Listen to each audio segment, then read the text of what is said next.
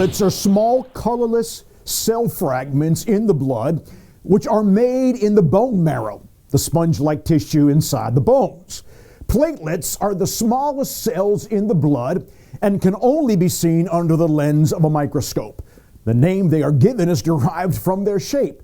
In their non-active form, they look like little plates.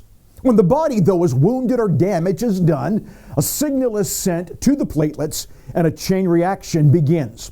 The platelets respond by immediately traveling to the crisis area and shift into their active formation.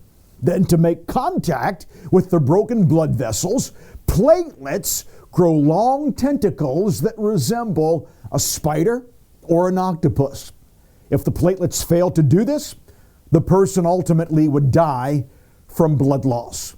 Platelets promote the clotting process by clumping together and forming a plug at the location of the wound.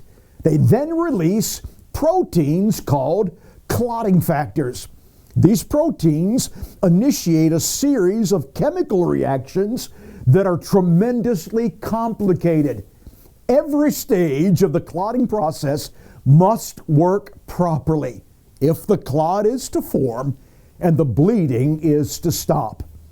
If only one of the clotting factors is absent, for that's all that is necessary, or even malfunctioning, the process doesn't work. To form a blood clot, there must be 12 specific individual chemical reactions. Now, in my mind, here is the rub regarding the theory of evolution.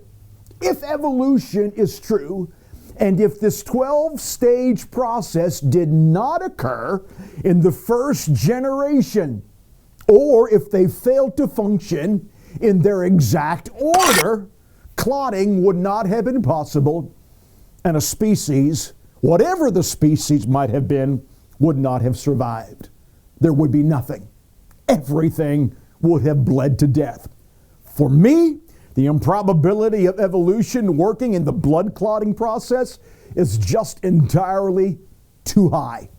This implausibility leads me back to a designer, a creator, and a thinker. It leads me back to God.